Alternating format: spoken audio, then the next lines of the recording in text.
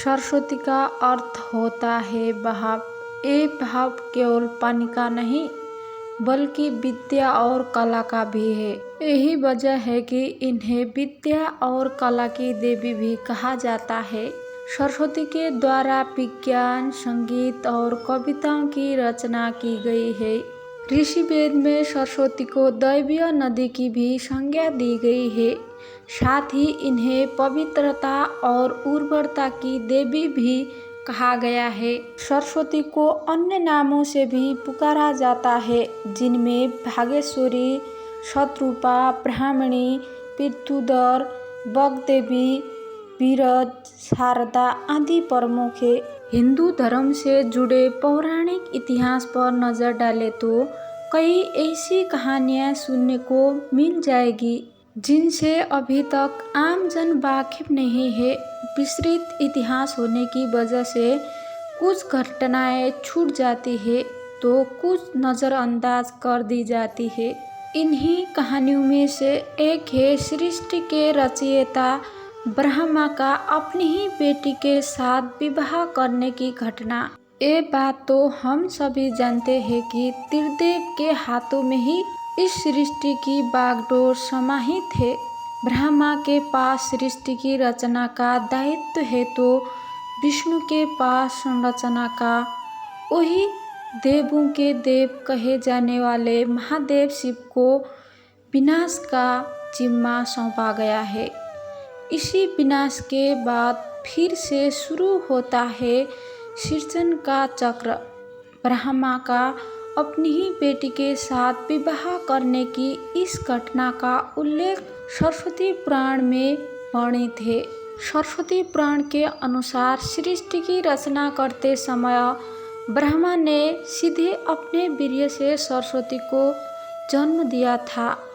इसलिए ऐसा कहा जाता है कि सरस्वती की कोई माँ नहीं, केवल पिता ब्रह्मा थे। सरस्वती को विद्या की देवी कहा जाता है, लेकिन विद्या की ये देवी बेहद खूबसूरत और आकर्षक थी कि स्वयं ब्रह्मा भी सरस्वती के आकर्षण से खुद को बचा कर नहीं रख पाए और उन्हें अपनी अर्धांगिनी बनाने पर विचार करने लगे। सरस्वती ने अपने पिता की इस मनोभाव को भंग कर उनसे बचने के लिए चारों दिशाओं में छिपने का प्रयत्न किया, लेकिन उनका हर प्रयत्न बेकार साबित हुआ। इसलिए विवश होकर उन्हें अपने पिता के साथ विवाह करना पड़ा। ब्रह्मा और सरस्वती करीब 100 वर्षों तक एक जंगल में पति पत्नी की तरह रहे। इन दोनों का एक पुत्र भी हुआ, जिनका नाम रखा गया था स्वयंभू मनु। इसके उलट मत्स्य पुराण के अनुसार ब्रह्मा के 5 सिर थे। कहा जाता है कि जब ब्रह्मा ने सृष्टि की रचना की तो वो इस समस्त ब्रह्मांड में अकेले थे। ऐसे में उन्होंने अपने मुख से सरस्वती, संध्या, ब्राह्मणी को उत्पन्न किया। ब्रह्मा अपनी ही बनाई हुई रचना सरस्वती के प्रति आकर्षित होने लगे और लगातार उन पर अपनी दृष्टि डाले रखते थे। ब्रह्मा की दृष्टि से बचने के लिए सरस्वती चारों दिशाओं में छिपती रही, लेकिन वो उनसे नहीं बच पाई। इसलिए सरस्वती आकाश में जाकर छिप गई, लेकिन अपने 5वें सिर से ब्रह्मा ने उन्हें आकाश में भी खोज निकाला और उनसे सृष्टि की रचना में सहयोग करने का निवेदन किया। सरस्वती से विवाह करने के पश्चात सर्वप्रथम मनु का जन्म हुआ। ब्रह्मा और सरस्वती के ये संतान मनु को पृथ्वी पर जन्म लेने वाला पहला मानव कहा जाता है। इसके अलावा मनु को वेदों, सनातन धर्म और संस्कृति समेत समस्त भाषाओं का जनक भी कहा जाता है। प्रजापति ब्रह्मा का अपनी ही पुत्री के प्रति आकर्षित होना और उसके साथ संभोग करना अन्य सभी देवों की नज़रों में अपराध था।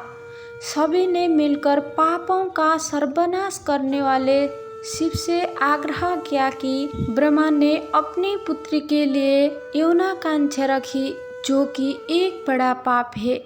ब्रह्मा को उनके किए का फल मिलना ही चाहिए। क्रोध में आकर शिव ने उनके 5वें सिर को उनके धड़ से अलग कर दिया था।